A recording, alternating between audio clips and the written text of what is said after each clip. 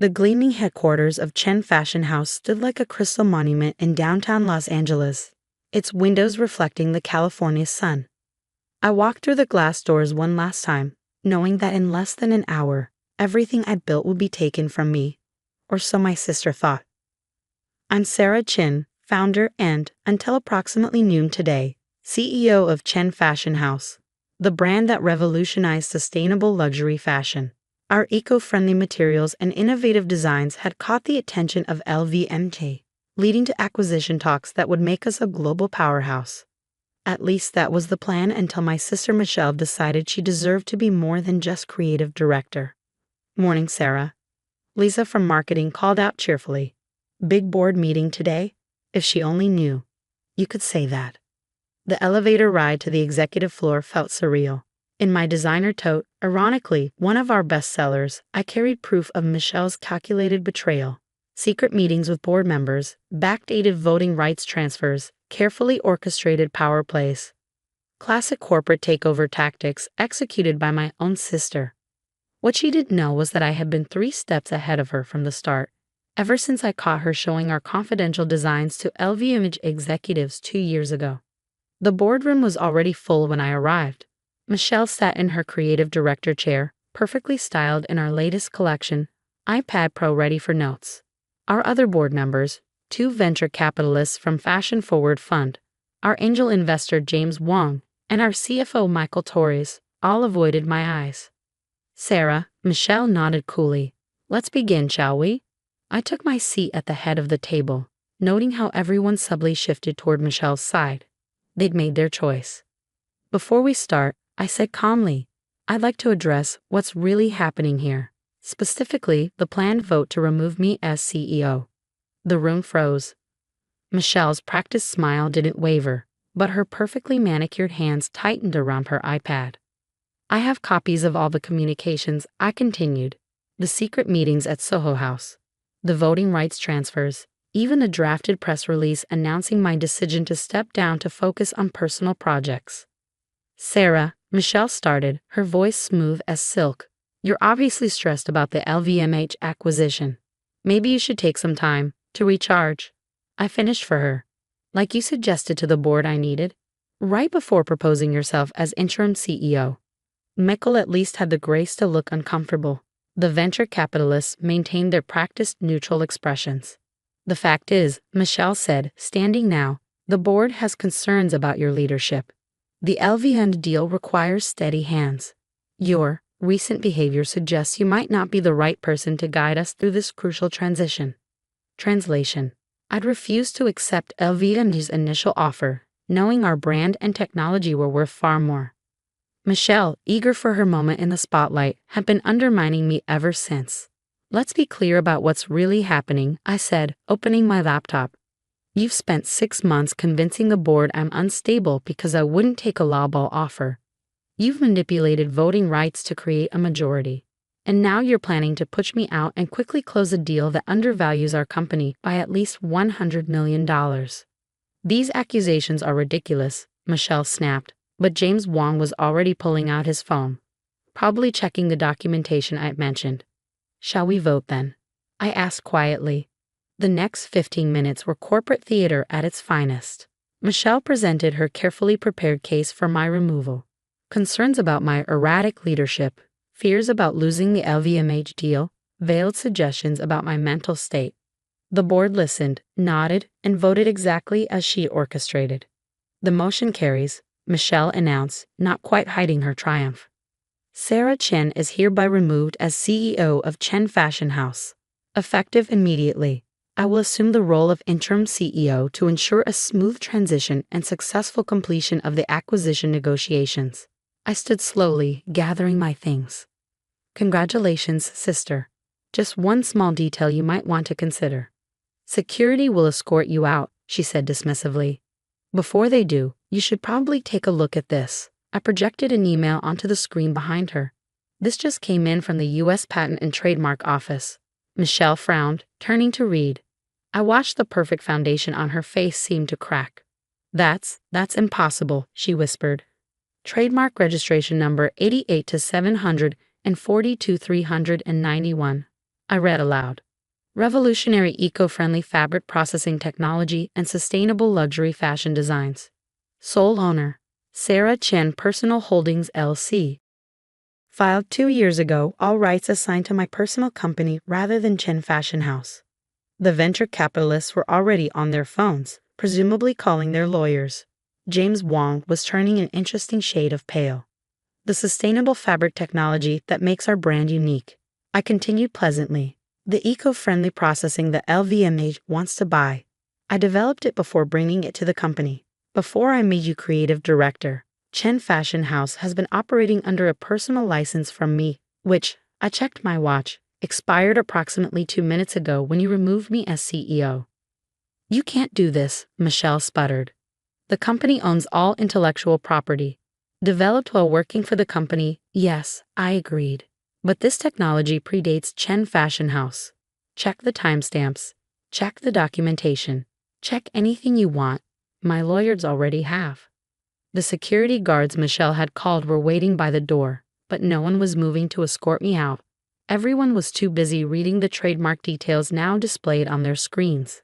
So here's the situation, I said, picking up my tote. You can have the company, Michelle.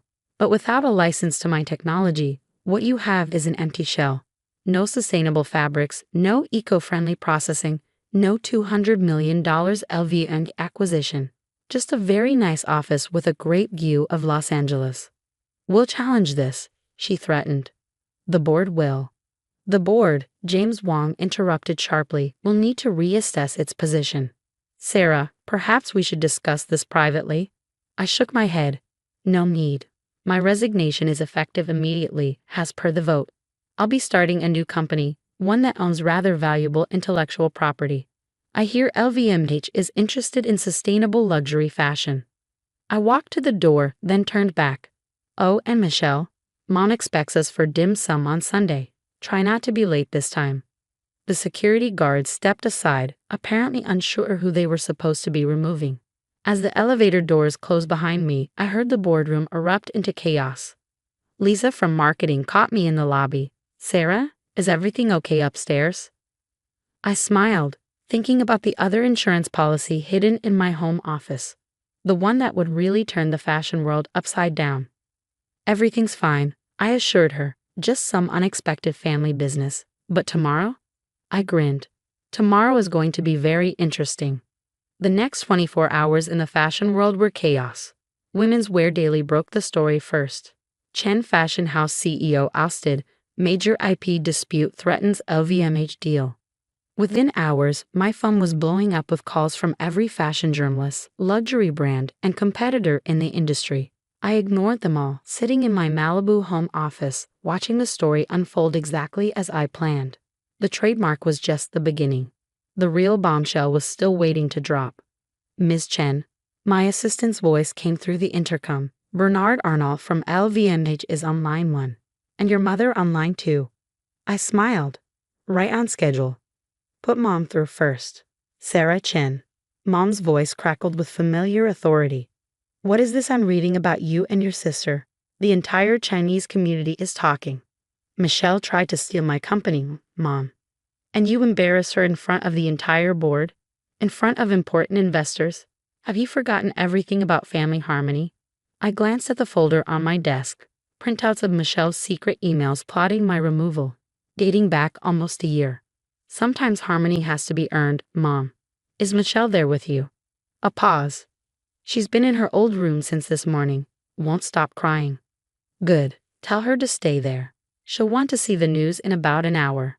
Sarah, trust me, Mom, and maybe start preparing some of your special wonton soup. We're going to have company for dinner. I hung up and switched to line 1. Bernard, I was wondering when you'd call. Bernard Arnault, CEO of LVMH, didn't waste time on pleasantries.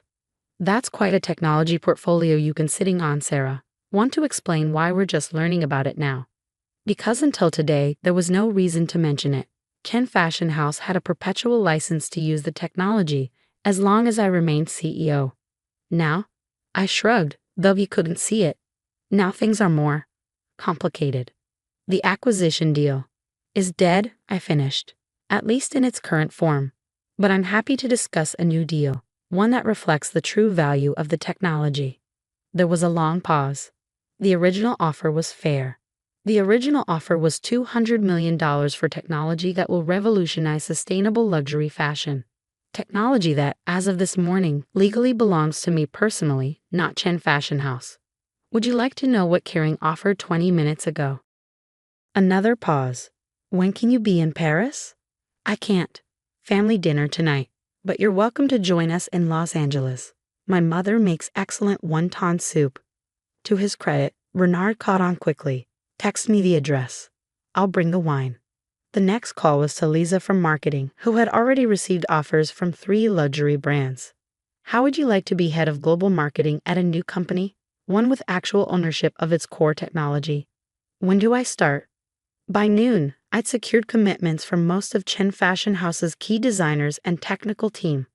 By 2, I had verbal offers from 5 major luxury conglomerates.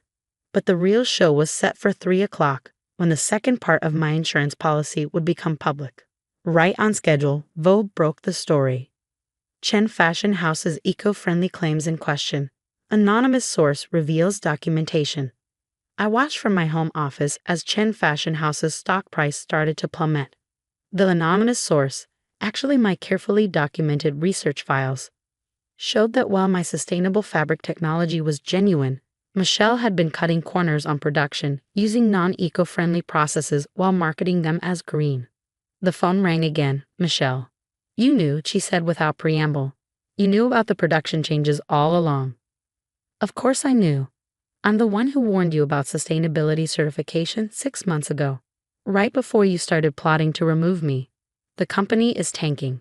The LVMH deal is dead. Are you happy now?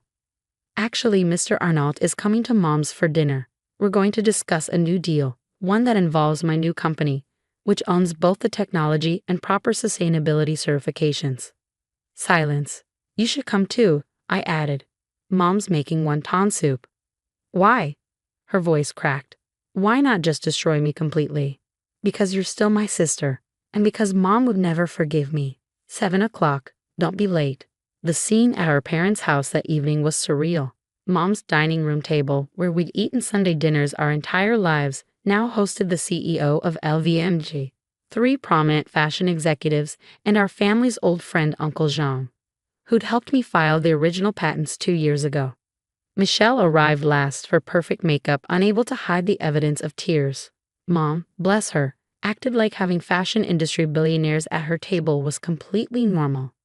Eat, she insisted, serving more soup. Business can wait until after dinner. Over wontons and wine, the new deal took shape. My new company would acquire Chen Fashion House in a stock swap, with LVMH then acquiring the combined entity for $500 million. Michelle would keep her shares but step down from any management role. Most importantly, the Chen sisters would remain sisters. I still don't understand, Michelle said later as we sat in the garden like we used to as kids. You knew what I was planning. You could have stopped it earlier, exposed the sustainability issues, ruined me. Why wait? I sipped the vintage wine Bernard had brought. Because I needed you to show everyone who you really are. And who I really am. And who's that? You've a sister who'd betray family for fame. I'm the one who'd find a way to save both the company and the family. She winced. Mom's never going to let me forget this. No, I agreed. But she's also never going to let me forget that family comes first, even when family betrays you. The new company, she said quietly, there's really no place for me? Not in management, but your shares are still worth about $50 million. Not bad for someone who tried to steal her sister's company. Mom came out with more wontons, insisting the CEO of the world's largest luxury conglomerate needed feeding. I watched her fuss over everyone equally, the daughter who tried to commit corporate fratricide and the daughter who'd outmaneuvered her, the billionaires and the family members, all getting the same maternal treatment. The next few weeks were a blur of lawyers, contracts, and press releases. The media loved the story. Fashion Sisters' battle ends in $500 million peace deal. The new company, Phoenix Sustainable Luxury, launched with a dream team of designers and a clear mission. LVMH fast-tracked the acquisition. Kering made a competing offer. and the final price settled at $600 million. Michelle took a long sabbatical, then started a sustainable fashion consultancy focusing on ethical production. She still comes to Sunday dinner, though she's quieter now, more thoughtful. Mom makes sure we sit next to each other. Yesterday, at the signing ceremony for the LVMH acquisition, a reporter asked if I was worried about other family betrayals. In fashion, like in family, I replied, the best designs aren't just about appearance. They're about the integrity of what's beneath the surface. The night after the deal closed, I found an old photo in Mom's album. Michelle and me at my first fashion show, proudly showing off dresses we designed together. Next to it, she placed a framed copy of the acquisition announcement. To remind you both, she said firmly, that success means nothing without family. She was right, of course. The trademark, the sustainability revelation, the negotiations. They were all just leverage. The real victory wasn't in the millions or the headlines.